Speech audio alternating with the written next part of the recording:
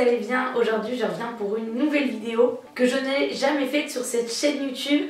J'ai vu beaucoup de vidéos passer sur d'autres chaînes. Je règle vos problèmes de cœur ou Dr Love, des trucs comme ça et tout. Je me suis dit c'est cool, sympa, mais j'ai envie de faire un truc un peu différent. Je sais que je fais régulièrement ça en live. Je vais essayer de vous apporter un petit peu de soutien en discutant avec vous à propos de vos problèmes personnels. Donc sur Instagram, n'hésitez pas à me suivre sur Instagram. Je vous ai demandé de me partager vos petits soucis qui vous tracassaient, vos petits tracas du quotidien, problèmes de cœur, problèmes de cul, problèmes de confiance personnelle, problèmes personnels tout simplement. Voilà, et je vais essayer de vous apporter un petit peu de soutien, de baume au cœur dans cette vidéo. Et là, ce qui me fait mal au cœur, c'est que j'ai énormément de personnes qui m'ont envoyé des messages. Je vais pas pouvoir répondre à tout le monde. Je fais au mieux et voilà, n'hésitez pas à me envoyer des messages en privé si jamais vous avez besoin de plus. Problème intéressant. Ça fait 5 mois qu'on n'a plus de vie sexuelle avec mon copain, il a un blocage, j'en peux plus. Alors, pour tout te dire, dans mon ancienne relation, j'ai eu un blocage. Je n'ai pas réussi à trouver le pourquoi du comment, j'avais des vagues pistes, mais je n'arrivais plus, j'avais vraiment un blocage, un dégoût même de cet acte. Et je te conseille 1000 fois de faire une thérapie de couple, ça peut vraiment sauver un couple parce que personnellement pour moi la vie sexuelle est quand même assez importante dans un couple. C'est important qu'on soit épanoui à tous les niveaux et qu'on comprenne l'autre, qu'on comprenne ce qu'il vit.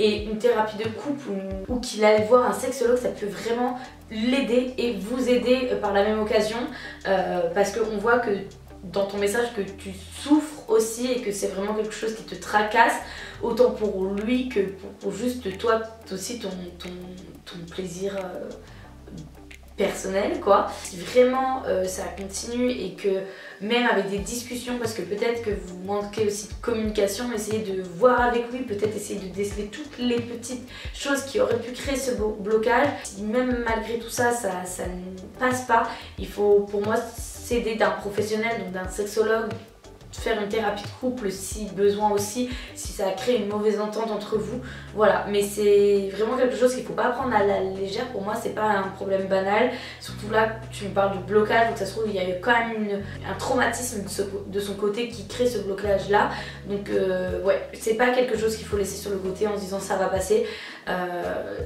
Il faut vraiment que vous communiquiez, mauvais jeu de mots, soit rien que tous les deux, soit avec un professionnel. Gros problème d'acné. Qu'est-ce que je peux te comprendre? Qu'est-ce que je peux te comprendre? J'ai eu de l'acné durant des années, vous m'avez d'ailleurs connue avec pas mal d'acné. Même si j'essayais de passer au-dessus, même si voilà, je gardais la face et tout, c'est quand même quelque chose qui me prenait au quotidien parce que même maquillée, je me trouvais pas spécialement jolie. Je préférais rester naturelle et 100% démaquillée, quitte à que mon acné se voit, autant voilà, ne pas surcharger ma peau de 1000 et un trucs. Maintenant avec du recul, j'ai moins ce problème d'acné, c'est-à-dire que avant pour moi vraiment l'acné c'est vraiment un synonyme de plein de mauvaises choses.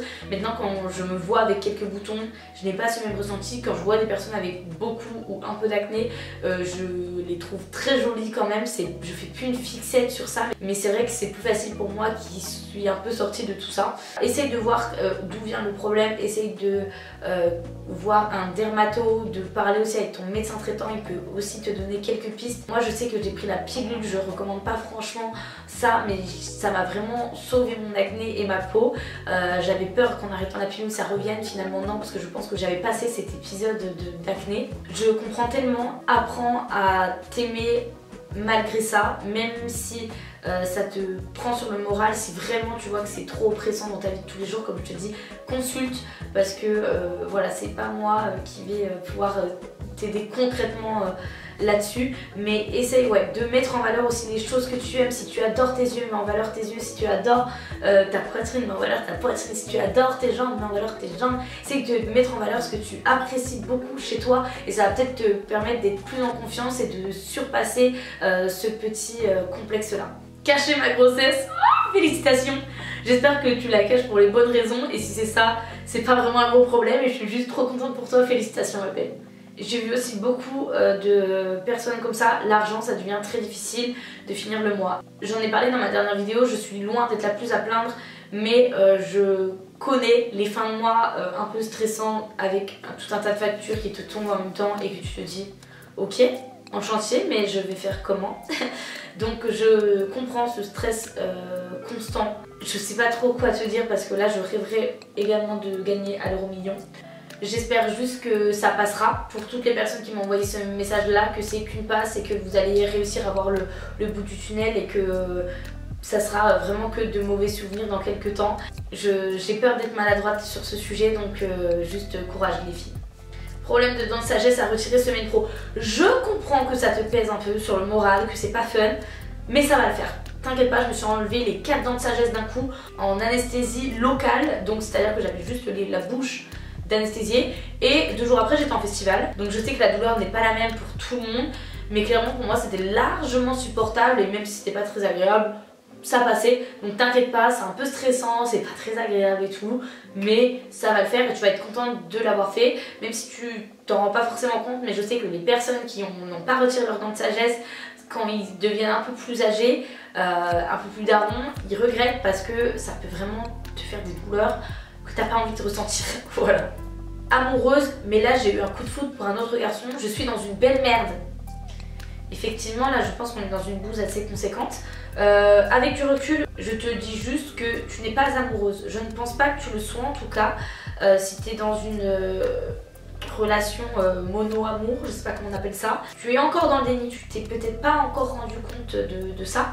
Et que si vraiment t'as un coup de foudre, dans tous les cas tu vas faire mal à la personne avec qui tu es. Il faut communiquer encore une fois de la bonne manière pour pas qu'il tombe de 18 étages. Mais là je pense que vraiment va falloir que tu te poses sur toi-même, que tu réfléchisses à ta vie, à toi-même, et que tu essayes de comprendre tes sentiments. Est-ce que vraiment tu es amoureux de ton copain actuel? Est-ce que tu es juste dépendant de toutes les habitudes que vous avez créées? Parce que souvent c'est ça. Est-ce que tu n'as pas peur de reconstruire quelque chose avec quelqu'un d'autre? C'est pour ça que tu restes bornée dans le fait que tu sois amoureuse. J'ai quelques doutes. Comme ça. Micro-doute. Besoin de faire du sport, mais zéro envie, zéro temps libre, zéro ambition.